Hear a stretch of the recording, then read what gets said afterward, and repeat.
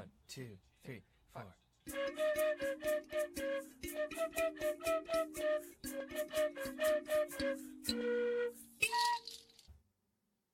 Welcome to Table to Stage. I'm Jordan Werma, and this is the 50th episode of my podcast.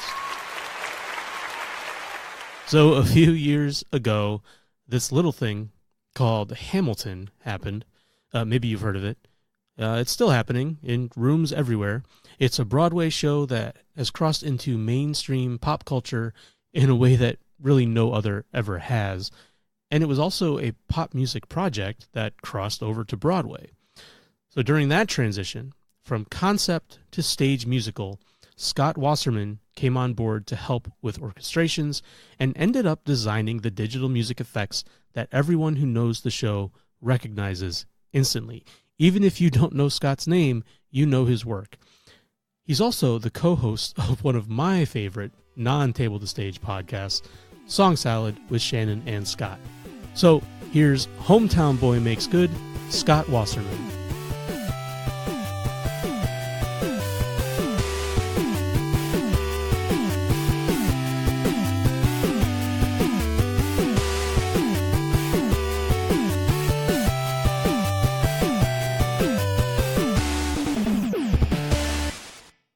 You are from East Hampton, Connecticut originally. I am.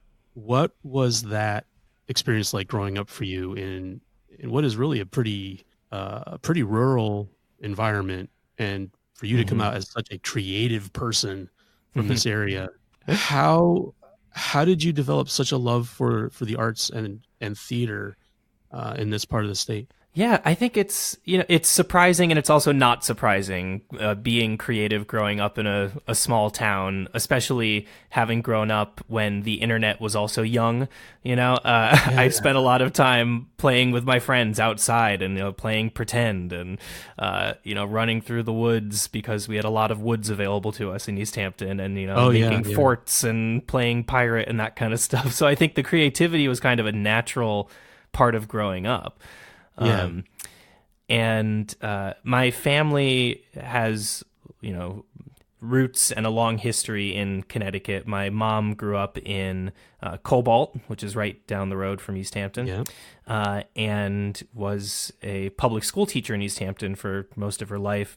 And my dad grew up in West Hartford, so all my family was around, and it was a great place to grow up because of the proximity of family, and I lived in a cul-de-sac with other people my age and had a lot of friends to play with growing up, including an older brother, 2 years older than me, who also got me into creative endeavors by doing things like starting piano lessons, and then I got jealous and also wanted to play piano, So it's amazing the motivation that can be for a kid just to keep up with a sibling. Right. So, and for being a small town, there were a lot of artistic opportunities in East Hampton growing up. Not only instrumental lessons, piano lessons, and band instrument lessons through the public school program, but also community theater in the form of podium players and YIPCA, the Young People's Center for Creative Arts, which is an annual summer theater camp that I got involved in starting around 5th or 6th grade, I think it was. Okay. And then some other theaters outside of East Hampton too that I got involved in were like the Manchester Theater Company at Cheney Hall. And Little Theater Manchester, yep. And the Colchester Community Theater. So, I was able to keep pretty busy with the creative side of things growing up. Yeah, it surprises me still that there's really so much available to people who really want to be a part of it. If you're willing to drive 20 minutes in just about any direction, you can find a theater or an arts program to get involved with. Right. And my dad really also... a great benefit of this area. Yeah. My dad also is an instrumentalist. It was a hobby of his, still is a hobby of his, to read instruments for the community theater pit orchestras. So we also did a lot of shows together, and he still plays for a lot of shows around town and around Connecticut. So lots of opportunities. So when did you realize that music and composition was going to be something that you wanted to pursue uh, after you finished up with your, public education in this Hmm. part of the state? Yeah, I had always played piano growing up and got into learning other instruments and things, but for most of my young life, I thought I was going to go into performing musical theater. I Okay. loved doing it, and as high school went on, I kind of got less and less interested in going to college for theater performance. It wasn't really something that I was interested in studying. It was something I loved doing, but I didn't think I wanted to turn it into anything academic, you know? Huh. Uh, and also at that same time in high school, I got more interested in composing my own music. Um, Instead of just performing it or arranging it, I actually started putting pencil to paper and writing some songs for the high school choir and for the high school band. And that was something that I started to see could be an area of academic study. So I started looking into college composition programs and putting together a portfolio in my junior year of compositions to submit to those different schools. And musical theater was always the end goal, working in the music side of musical theater in some Sure. way. Yeah. But I applied for all classical conservatory composition programs because there are, there are more of them than there are musical theater writing programs. And B, I Right. really wanted to get that like classical foundation of study. So that was kind of the journey through high school towards composition. So you started composing your own music for a high school a choral group, or was this Yeah. just for the orchestra? It was a combination. We had a small men's choir in high school called Macho Voce, and Okay. I would arrange some pieces for us to sing, and then started composing short pieces for us to sing, and also some full choir pieces that we did in combination with the small women's choir that was at the school. And then we had a concert band in high school. We didn't have an orchestra program. It was just band at that time. And Yeah. the music teacher, Kurt Waybright, at that time, he encouraged me to try writing for different ensembles. And I did write one full concert band song that we actually performed on a concert in, I Oh, think, my wow. senior year. So he gave me endless opportunities to try things out, and he was very trusting in that way, so I'm grateful to him for that. Yeah, having a teacher that's willing to put that effort and attention onto a student's got to be a huge benefit to somebody that's trying, learning this for the first time and looking at Yeah. it as a possible educational goal. Yeah, it was. I actually have this will probably come up more as we talk about other things in my career, but I have a long history of like learning by doing, and Yeah. it was no different with the composition process in high school. I just kind of, you know, took whatever instrumental ensemble or choral ensemble was available to me and tried writing a piece, saw what worked, saw what didn't work, talked with my friends that played a certain instrument about what the range was and what types of things were easier or harder than others to play. And it was really that got my feet wet in composing. And then when I went to college, I had to take all of these music theory placement tests and everything. And I hadn't really studied music theory in earnest, just through other music and instrumental performance education. And, Yeah. I tested into the lowest level theory class in college. And then after like the first semester, when I learned all the terms and everything, I was like, oh, okay, this is everything that I already knew and already was doing. I just never learned what words to call these things, So it's just a So, vocabulary course for you at that point. yeah, exactly. Did you have any specific musical influences on you at that time? Like, were there different composers or artists that you thought you might be trying to emulate, or were you really just Mhm. trying to strike out on your own with your own personality through what you were doing? Yeah, in high school, I was listening to mostly musical theater, and I was really into the more contemporary / avant-garde musical theater composers like Stephen Sondheim Uh-huh. or like Adam Guettel, those types of composers. People that were doing a little bit more interesting things with tonality and harmony. And I was putting a lot of that into my compositions. And then as far as like popular music goes, I always loved Billy Joel growing up and always loved Oh, playing okay. Billy Joel on the piano. So I think there was a lot of that influence. And he actually composed a set of classical pieces and released an album for solo piano. So I've Yeah. studied those a lot. And then for classical composers, I was really into Prokofiev and Rachmaninoff and those like big, bombastic, romantic composers. Sure. So I think it was a combination of all of those styles that if you look back at those pieces that I submitted for my composition portfolio, you'd probably see a lot of influence from those guys. That's kind of funny. Like the timeline that I have in my head right now, that like that Billy Joel classical album that you mentioned was around the same time as there was a sort of a resurgence in Rachmaninoff in the popular zeitgeist. There was David Helfgott, I believe, was the pianist that was touring doing the Rachmaninoff concerts, and then he did the movie based on him around that time Right. as well. So was that the presence of that music in popular culture something that you were conscious of, or was that affecting you in any way? I don't know or whether they I really was just- aware of it at the time, honestly. Okay. I think I had just been assigned some Rachmaninoff pieces by my piano teacher and fell in love with them. Something basic. Yeah, exactly. Yep. I think it was Wow. because my hands are fairly big, and he was like, "You can reach these chords that Rachmaninoff Okay. wrote. Why not?" You know. You don't need your elbows. Yeah, exactly. No, I was going to say, I don't know if I was aware of the popular culture resurgence of Rachmaninoff, but I did love movies like Amadeus and the movie Shine. Yeah, Shine is the about movie I was talking about. That was the one that was Right. based on David Helfgott, I believe. Right. So, and I think The Pianist, that movie came out Yep.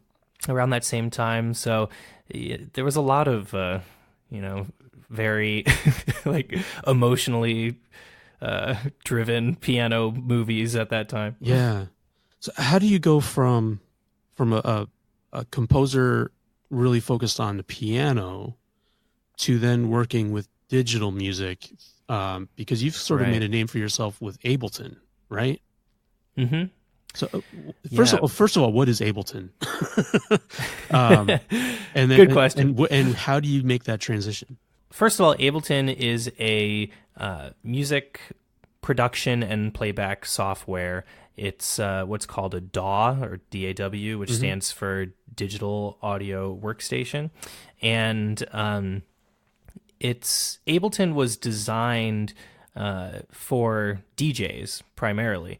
It was invented for like electronic music production, like techno music, house music, and what sets it apart from other types of music software is that it's really designed for live performance and allows you a lot of flexibility with the music as you're playing it live, Okay. particularly in looping sounds. So if you have like a 4-bar drum loop, for instance, it'll just keep looping those 4 bars, and as it's playing, you can manipulate it in certain ways on I the see. fly. Okay. So you can change tempo, you can change transposition, you can add effects and filters, you can drop it out and bring it back in and add other layers of loops on top of it.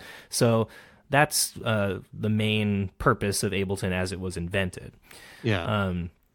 So as far as how I got into using Ableton, that was all much later than my college career. Okay. In college, I was focused on classical music and acoustic ensembles. We did a little bit of electronic music study, but it wasn't about programs like Ableton. It was more about the history of how electronic music has been incorporated in quote-unquote classical music or contemporary classical music. Uh-huh.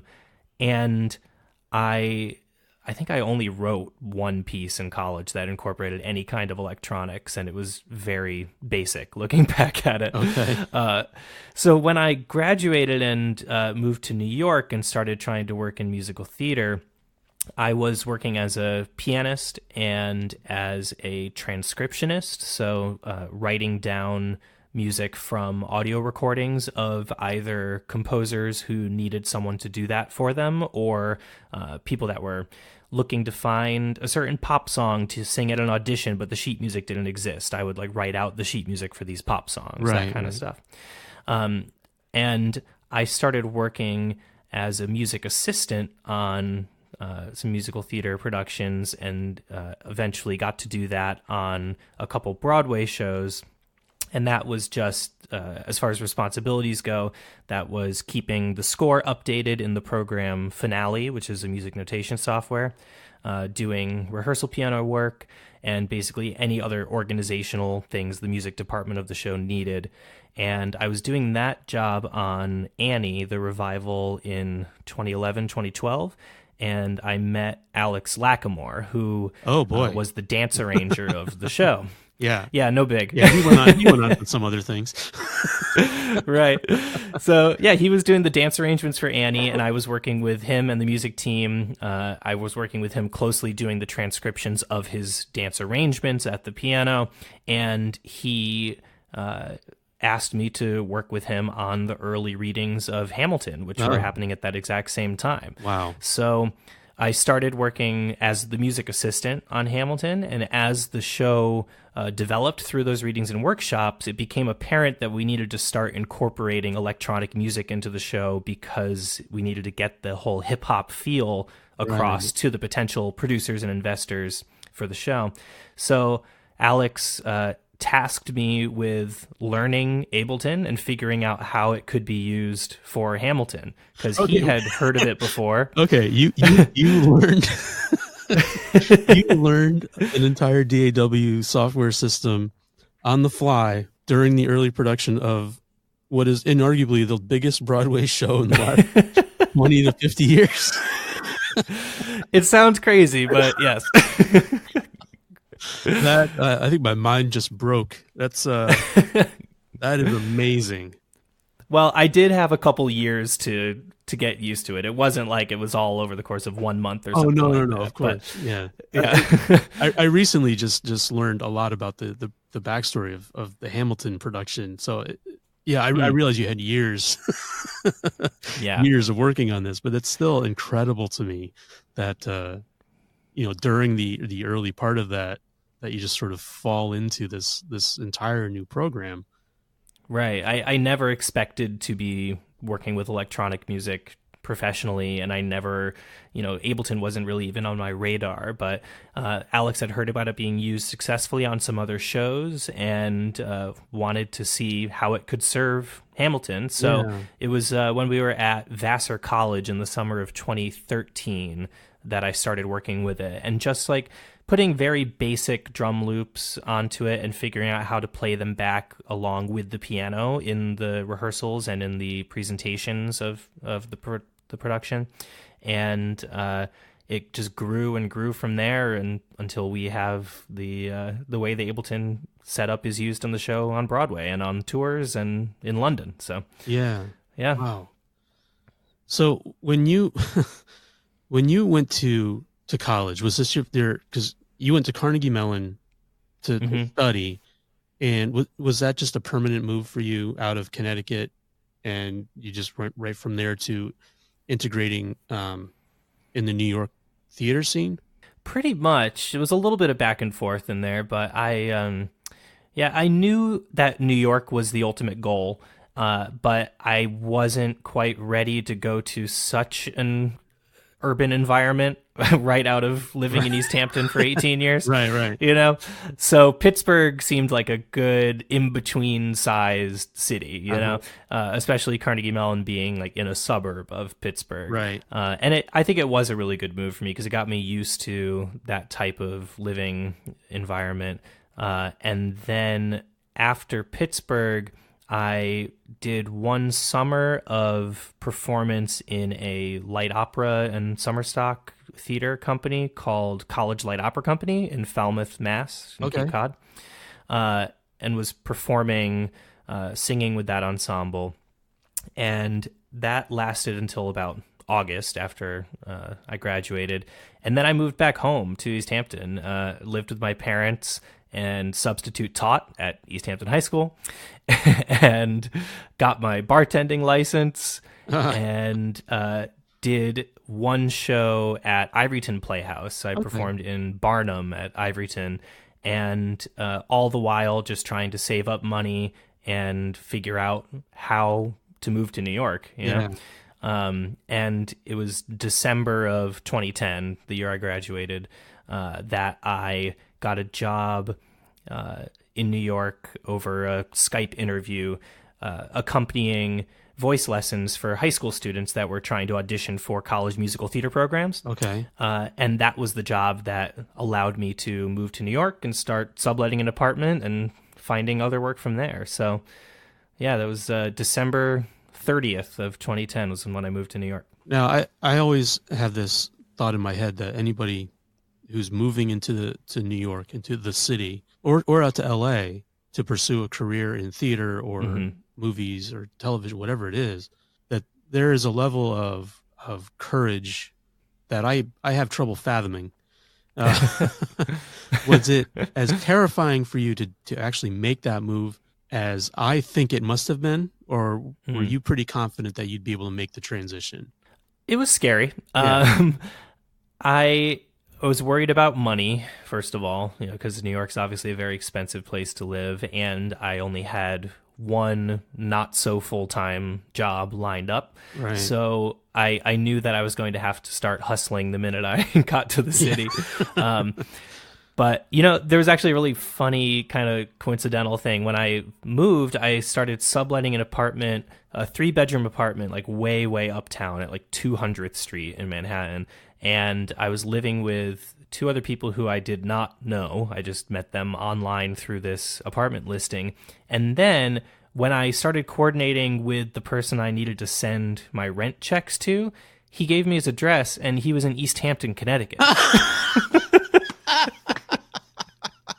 So I started subletting from someone from East Hampton, which is just the weirdest possible thing. That is amazing. But yeah, so I was living with strangers, and I only had a couple friends from college that were living in New York already, and not anywhere near the neighborhood I was living in. So I had to travel like an hour to go hang out with anyone I knew, and finding whatever jobs I could, and trying to keep all of those jobs within the world of music or theater, which was a big goal of mine. I got the bartending license, but I hoped to not have to use it. I was trying to do whatever I could to get accompanying work, or, for instance, I ended up music directing some elementary school musicals in Westchester County that paid for my train travel up and down from Manhattan. And the only non-music related job I had to do ended up being this this company where I worked for silent auctions. Walking around with an iPad, letting very, very wealthy people bid on silent auction items on the iPad that I was holding. So, all right, I'll put that on the list of careers I didn't know existed. Yeah, exactly. But you just kind of, whenever you do move to New York or make any big move like that, you kind of just have to figure out what it is you need to do to both survive and stay where you are, and at every step of the way keep advancing your ultimate goal of a career as much as you can. It did involve a lot of work for free. It involved a lot of all-nighters for various projects, and just putting myself out there for people, but it was all worth it in the end. Did you have any trouble assimilating into the theater community? I'm not even sure it's fair to call it a community. There's such a huge theater presence there. But were there any roadblocks put in your way? Were you seen as an outsider, or were you relatively welcomed and found the opportunities that you thought would be there? Yeah, I definitely was welcomed. And it is such a big world of theater, but it's one of those communities where everyone tends to know everyone else. And there's circles that people run in professionally. There's like certain music directors that have their music team that they always work with. So it's like sometimes hard to break into those very insular groups.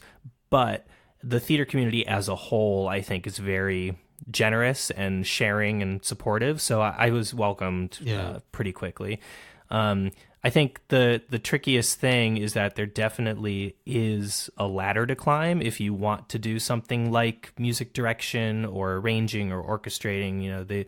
The whole process of starting out as a music assistant and working your way up to various roles along the way. It's something that everyone has to go through. So you kind of just have to like start learning what those different roles are and what like the hierarchy is, and no one really explains that to you. You kind of have to just like observe and absorb, Yeah. Was the connection that you made while you were working on Annie with Lacamoire, was that like your first big break, or did you have something else that broke earlier to get you onto the creative team for that Annie revival? Yeah, there was one show before that I did on Broadway. It was called Leap of Faith, and it was a short-lived Alan Menken musical that opened in 2011. Yeah. And it's actually a funny story how I got onto that one. I was hanging out with my then girlfriend, now wife, trying to get lottery tickets or rush tickets to go see a show, just like whatever show we could go see. Yeah. And we ended up getting front row seats through the lottery to Priscilla, Queen of the Desert when that was playing. And our seats were like right behind the conductor's head. So at intermission, I went up because the conductor was still standing there, and I just started asking some questions, introduced myself, and mentioned that I was interested in working for the music side of musicals. And he gave me his contact info and said, come hang out and sit in the pit sometime. So I was like, great. Wow. And so later that week, I came back and I sat next to the keyboard 2 player and just watched him play the show and started talking to him about, what it was like being a player in a pit and what other stuff he did in the music community in New York. And his name was Jeff Martyr, and he's also a keyboard programmer for Broadway shows and happened to be playing that night. And when I told him about the various work I had done and the types of skills I had with finale and transcriptions, etc., he said, hey, I know someone who's looking for a music assistant for a show that I'm doing the keyboard programming for. Why don't I put you in touch with him? And this was a music director named B.A. Huffman, who was the music director on Leap of Faith. And I did an interview with him and showed him my finale work, and he hired me for the show. So if I hadn't won the lottery to Priscilla, I probably never would have got the job on Leap of Faith. How those connections really pan out. Yeah, like in a world like that, where we're really meeting people and being able to tell them what your experience is and what your goals are can really make a difference. Definitely. And just not being afraid to say hi to someone, Yeah. So what was it like for you being able to get that first taste of working in such a storied and historical theater arena as Broadway? I mean, you've got world-class creators across every discipline you can think of, kind of congregated in this place, and now you're there in the middle of it. Was it at all overwhelming, or did you feel relatively comfortable early on? It was definitely overwhelming. It was a big learning curve, and it was a quick and stressful process. Yeah. I had been a part of working on mounting musicals, for a very long time, growing up and then doing shows in college and everything. But I had never really been part of producing a new musical. Right. And I wasn't used to how much things change all the way from the rehearsal process up until the opening night. Right. Even during what are called preview performances, where you're still teching and rehearsing the show during the day, but you have paying audiences at night. Right. You know, we would come in and after a preview performance, the next day we would completely change the opening number of the show, and then there would be an audience that night, and they would be seeing this new opening number, and they wouldn't know the difference, you know? Yeah. They didn't know the old one existed. So it was the fact that those kinds of things happened on musicals, and that I was responsible for making sure that all of the scores got updated with the correct information. You know, it was a lot of pressure figuring all that out and trying to keep up with everything. It was again, a good way to learn by doing and kind of just being thrown into the fire to see what happens. Sure. I mean, yeah. you got onto that early creative team with Hamilton coming off of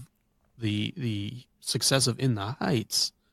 And you're with this team that had put a lot of them came back like from In the Heights to go right onto Hamilton, right? I mean, Alex Lacamoire was part of both of those, if I'm remembering correctly. Yes, yeah. Obviously Lin-Manuel Miranda and a lot of the other people on that team. And now you're part of this this phenomenon. I mean, obviously at the time it wasn't, but the crew that you're working with had just come off of another hugely successful Tony-winning show. And this is relatively early on in your career, it sounds like. So I'm wondering how you managed that, how you assimilated with this group of creators that had been working together for so long already. It's a difficult thing to separate being a fan from being a coworker. Sure. And I was obviously a fan of In the Heights and of Bring It On, which had just happened in between as well. That was with Andy Blankenbuehler, Lack, and Lynn. Yeah. All worked on that one. You have to understand the roles that everyone is playing in the creative team and the when it's the time to focus and work, when it's the time to be friends and hang out, because musical theater is always going to have that element of feeling like play as much as it is work, and you have to pick and choose those moments for like every once in a while. If you're like out at the bar after rehearsal or something, you'd be like, by the way, Lack, your orchestrations on In the Heights are incredible, and I'm geeking out every time I hang out with you. Okay, just had to say that. Let's go back to being friends, but, and those kinds of moments are appreciated, but everyone's always just excited for the next thing. So you have to kind of look forward to what the next project is and what you're doing to contribute to it, instead of thinking about what this person has done in the past. Right. And it was the same thing with Alan Menken. Obviously he's a legend, and I literally grew up on his music. And it was very hard to separate that Alan Menken from the Alan Menken that I would be working with in the rehearsal room every day. But you just kind of, I almost separate these individuals into like different people in my mind. There's like the Alan Menken that I can have a conversation with, and then there's the capital Alan, capital Menken, that's the legend. But I mean, his music is so ubiquitous, especially for people who grew up in the 80s and 90s and saw any sort of animated film, like Little Mermaid and Aladdin and Beauty and the Beast. I mean, he's just the list goes on and on. And it's really incredible that you were able to get such iconic figures so early in your career. As far as like, while we're still on Hamilton a little bit, you're talking about a show that started out as not even a musical. It was just a concept album. So at what point in that production did you come on? Were they really getting ready to stage it as a musical, or were you still in that early concept album mixtape phase? I came on right when they were exploring how to take it away from a concept album and turn it into a musical. So the very first reading that I was a part of, they actually still had a script, like a book with separate scenes from the songs. And it was after that one reading where we tried that everyone realized, no, that's not going to work. Let's just do the songs, So yeah, I got in on the very early like exploration phase of turning it into a musical. Oh, that's incredible. Yeah. And like you said, it's obviously become a crazy phenomenon, but at the time it was just really cool music and a really weird story to tell through the style of music, you know? So I always knew that it was good, but I never expected it to be what it became, you know? Now, I know almost everybody's familiar with the music, and I think pretty much everybody has seen it at this point. What are some of the more notable moments in the show where your work on it would be something that people would recognize instantly? Is there a certain piece of music that you know what you contributed really shines through? Basically, to explain this, the way that Ableton is used on the show, anything that the live musicians in the band can't play is played by Ableton. So that includes like the record scratch sequences or the some of the electronic drum grooves, any of the like affected and processed vocals and like scramble sound effects and things like that, or the hip hop horse whinny in Right Hand Man, that kind of stuff all comes from Ableton. The rewind and Satisfied. There's a really easy to hear example of those sort of processed sounds and reverse loops and the recorded vocals from the ensemble that get like chopped and screwed. So all of that kind of stuff is played back through the system that I designed. And that's done live now for every performance? The percussionist in the band is triggering all of the goes in Ableton. So there are different points in the score where the percussionist has to hit a foot pedal that starts the next sequence of whatever electronic music content is playing, and also a click track that the live musicians play along with to keep them in time with that electronic music. So that happens live every performance. Yeah. The content on Ableton is a mix of things that I created, things that Alex Lacamoire created, things from Lin's original demos, and things that a friend of ours, Will Wells, also created. He's a music producer that does a lot of work on actual hip hop and pop albums and things. So he was a great voice to contribute to the show as well. So, I mean, you did this little show, Hamilton, for a while, and it won some... Still doing it. Grammy, you won some Tonys and something called a Pulitzer, whatever. So, the follow up to that, Dear Evan Hansen, was that the next project? Yeah, that actually overlapped a lot with Hamilton. Dear Evan Hansen was opening in Washington, D.C. at Arena Stage the same summer that Hamilton was opening on Broadway.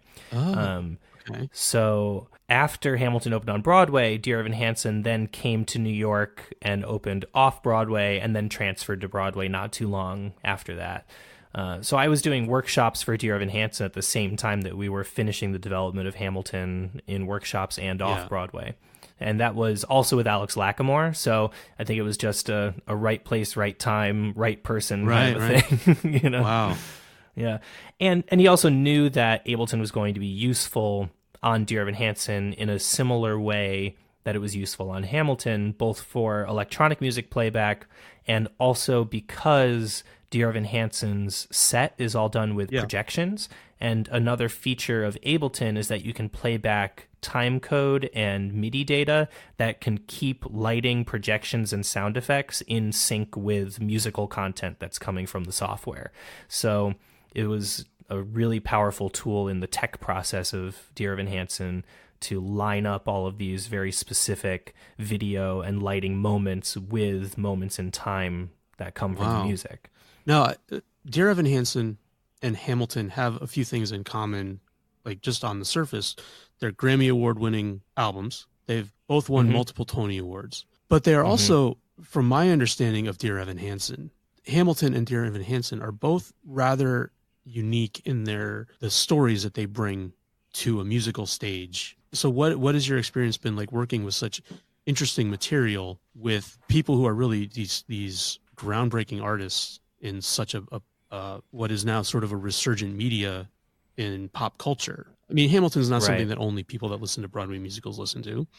And Dear Evan Hansen is sort of crossing that bridge as well. Have you had anything that you could identify as a singular experience because of that impact on the pop zeitgeist from those two shows? It was a very interesting time for musical theater when Hamilton came out, because there was a lot of very commercial theater happening, a lot of jukebox musicals, a lot of musicals based on movies. And I think a lot of people were inspired by Hamilton to take more risks with the types of stories that can be told on Broadway and the types of music genres that can be successful on Broadway. I think a lot of producers had gotten scared of getting too avant-garde, and they knew that those commercial musicals were a much surer bet. So I think Hamilton, and then quickly followed by Dear Evan Hansen, and then also Great Comet. These were all musicals that probably producers would not have felt comfortable investing in even a year or two prior. So I think Jeffrey Seller, the lead producer of Hamilton, who also was the lead developer of Hamilton throughout Lin's writing process, he deserves a lot of credit for having that vision that a show like Hamilton could be as huge of a success as it is, and like you said, a crossover success, so into popular culture, and then with composers like Benj Pasek and Justin Paul and Dear Evan Hansen, these guys that can transcend Broadway and go on to write things like The Greatest Showman movie, and win Oscars and things. So I think Lin as well as Pasek and Paul are both great examples of musical theater composers that are no longer just names known in the musical theater community, which I don't think happened for a long time, sort of in between. I'm trying to think of a good example from like the older guard. Leonard Bernstein comes to mind, someone who had a TV show as well as being a Broadway composer and classical conductor. These guys today are kind of bringing that composer identity back into the mainstream. Yeah, I think it's really great. It's good for theater, certainly, and I think it's having a positive impact on just what people would consider to be part of pop culture. It's nice to see a little bit more diversity in that environment. Definitely. How did you end up getting involved in orchestration for the Tony Awards? Yeah, I love orchestrating, and that's actually my ultimate career goal. Like I said, the electronic music thing was not really on my radar, but I love doing that, and I've had such great opportunities with it. But I'm also very interested in doing more quote unquote traditional orchestration for theater. So I've been working for a couple of years now with an orchestrator named Chris Yankee, who is also a Connecticut native, and he got his start at Goodspeed doing all the orchestrating for shows there when he was in his 20s and early 30s, and then he's since done a lot of work on Broadway. So I started working with him as an orchestration assistant, just kind of helping him format scores and organize a show he was working on. And then he and I worked together on the Radio City Summer Spectacular a couple of years ago. I think it was 2017. Okay. And he did all the bulk of the orchestration, and then left to me a lot of the underscoring and transitions and smaller cues in the show to orchestrate in his style, basically, so that if you're in the audience, you wouldn't know that someone else had orchestrated those couple songs. So it was a number from that Radio City Summer Show that ended up going to the Tony Awards that year to be performed by the Rockettes and Leslie Odom Jr. and Cynthia Erivo. And Chris Yankee gave me a lot of responsibility with putting together that version of the song for the Tony Awards. So that was pretty cool to get that experience. And it's amazing in general just to have the orchestra at Radio City play something you've orchestrated, because when do you get the chance to work with that many musicians? It's beautiful. How much of the orchestration thing is just being able to sit back and listen to these huge groups playing something that you assembled for them and hearing what you had in your mind come out in that format. Yeah, that's the hardest part about being an orchestrator is most of the time you're just hearing it in your head and sending it off to someone and hoping it sounds the way you wanted it to sound. But actually getting to go to those band rehearsals and sit in the room and hear it, there's not a lot of time dedicated to these band rehearsals, so they'll play something through, maybe 2 or 3 times, then have to move on, and then anything else that needs to be edited, you just have to do based on those few times hearing it. Right. And then the next time you hear it is in the context of tech rehearsal or preview performance or something like that. Yeah. So, there is still a good amount of time to tweak between the first band rehearsal and a public performance. But those very first in the room band rehearsals are always magical. Yeah. I got to imagine that, hearing the final version in whatever the performance venue is going to be has to be a little bit satisfying every time as well. So definitely. At what point did you just get so tired of winning all these awards and getting all this recognition on this massive stage on Broadway that you decided to do a podcast? and I'll preface this by saying it's one of my favorites. Song Salad with Scott and Shannon. Thank you. Is amazing.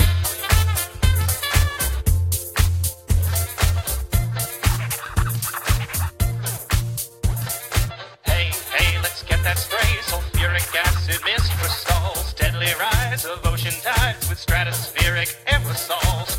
Oh no, but don't say chemtrails. No, don't call them chemtrails. Spray the hots away. Yo, do that funky science swing. Counteract man-made impact. Chlorofluorocarbon. It's such a great idea and so well executed. But how did you find time? I mean, it sounds like you're just so busy with all the stuff. But what made you decide to do this? So Shannon, my co-host on Song Salad, is also my best friend from college, and she and I have been writing partners ever since college, doing song cycles together, and we wrote a musical together. Actually, the impetus for starting the podcast came out of the fact that we were having trouble finding time to write together. And Shannon thought, what if we do a podcast that involves songwriting and we do it weekly or bi-weekly or something, and then it's like time that we have to schedule. We have to make ourselves meet to do this, because that's the only way to get things done when you're mostly working freelance, is to like self-schedule. So that was really the whole conversation, and then the conversation became, well, what would the podcast actually be? And that's where my wife, Megan, came up with the idea of like, well, what if it's based on something random, like the random article button on Wikipedia? And we were like, oh, that's a cool idea. Brilliant. So we'll just do songs about a random topic. And then Shannon took it a step further. It was like, well, what if we also do a random genre? It's a cry in the night when you're shot in the dark. It's the sound of a mortal wound. It's a shout in the scene of a cinematic dream. So scream, Wilhelm, scream. So that was the whole idea for the podcast, and 3 years later, we're still doing it. We just released episode 151. So, yeah, new random song, in a random genre about a random topic every week. And it's amazing every time. Or at least the ones I've heard. I haven't listened to all 151 of them. But, that's a big commitment. You don't have to do that. I'll get through them eventually. I podcast all day. Have you ever been just stumped by one of these things, like a topic you just can't figure out what to do with, or a genre that just there's just nothing there? Yeah, there have been a couple tricky ones where we've given it our best shot, and then even after we've recorded and played the song, we take a step back and we're like, we didn't really achieve the goal there, did we? So we'll always try, but I think especially some of the specific folk music genres from certain countries, like for instance, there's a genre called makossa, which is like an African folk and pop music, where like the types of instruments they use and the rhythms and the harmonic language is so embedded in the culture, and it's just something that you have to grow up with to really understand it and get it right.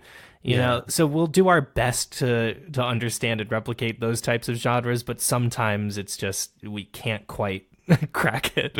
And then for topics, you know, the random article button on Wikipedia is great, but there's a lot on Wikipedia that has like no substance to it. So a lot of times we'll hit random article and we'll get like a 1-sentence article about like a genus of earthworm or something, you know, and we're like, well, we can't really, there's like no research to be done here, and it's like not that interesting. So sometimes we will hit the button again and just ignore the first option until we get something that we can actually research, you know.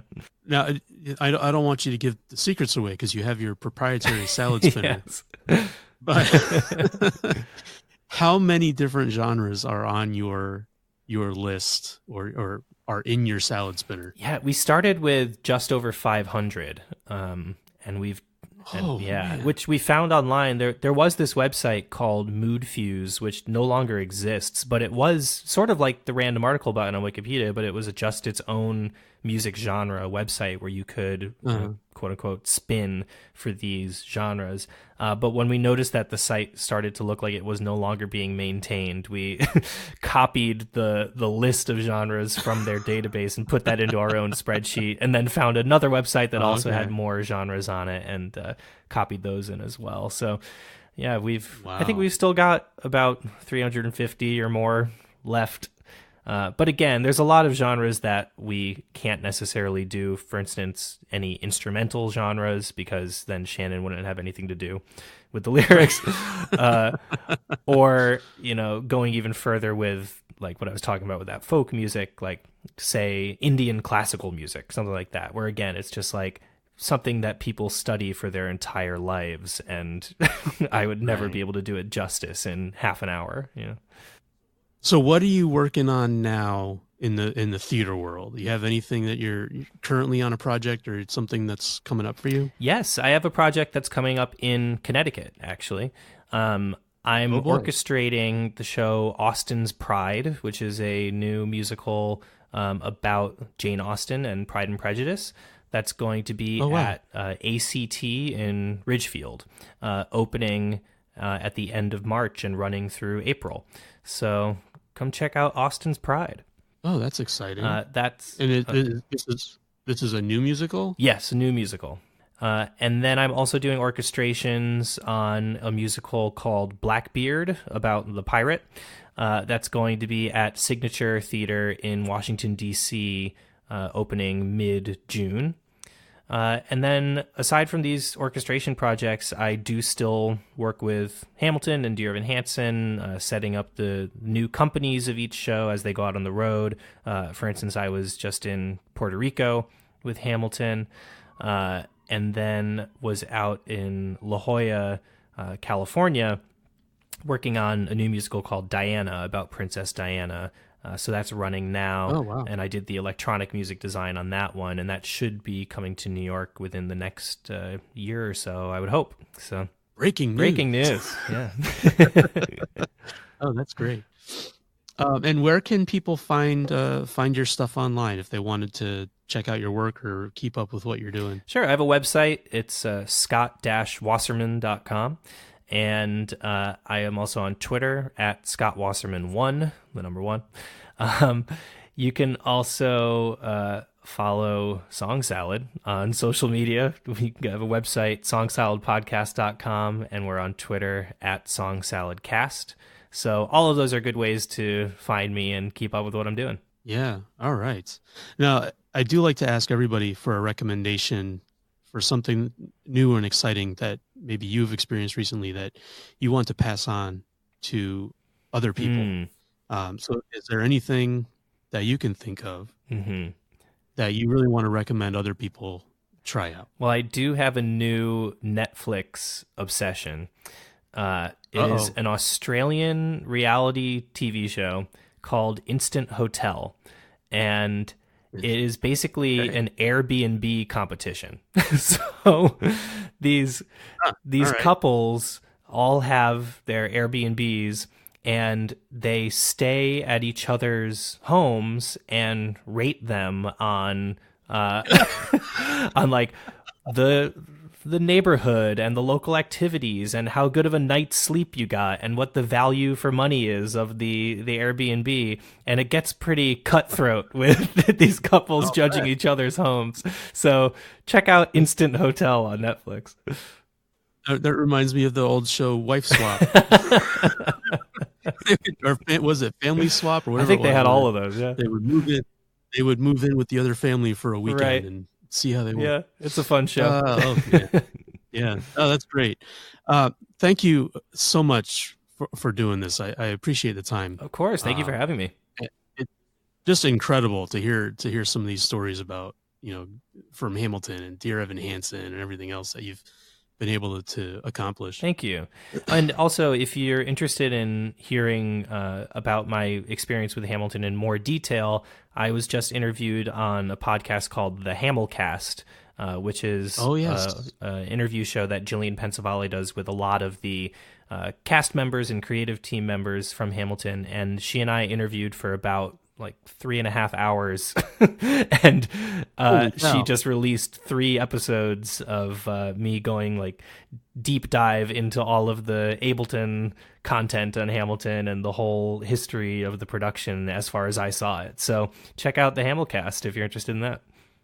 I cannot thank Scott enough for coming on the pod, and I cannot recommend highly enough that you give Song Salad a listen. Scott and his co-host Shannon Deep are absolutely brilliant together. So visit songsaladpodcast.com and you can get a taste of the fresh flavors they're mixing up over there. And of course, you can learn more about Scott's projects at scott-wasserman.com or follow him on Instagram. Now, if you're interested in learning more about how Hamilton became the phenomenon that it is, you can hear Scott talk about it on the Hamilcast, or you can find the Hamilton episodes of the Broadway Backstory podcast, which doesn't include Scott, but does have some great information and interviews with the original creative team. Okay, so if you're not already a Table to Stage subscriber, I hope that you will subscribe, and you can do that on whatever podcast service you use, whether it's Apple Podcasts, Google Play, Stitcher, Spotify, really wherever you listen.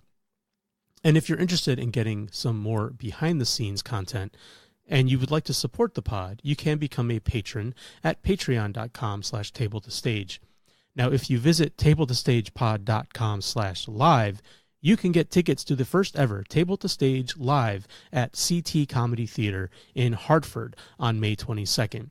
All tickets to the show are just $15, and it includes performances from comedian Rob Santos, singer-songwriter Abby Auden, and drag queen sensations Summer Orlando and Barbara Jones Streetsand.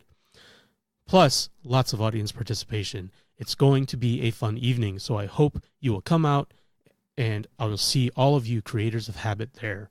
That is it for now. Until next time, keep creating.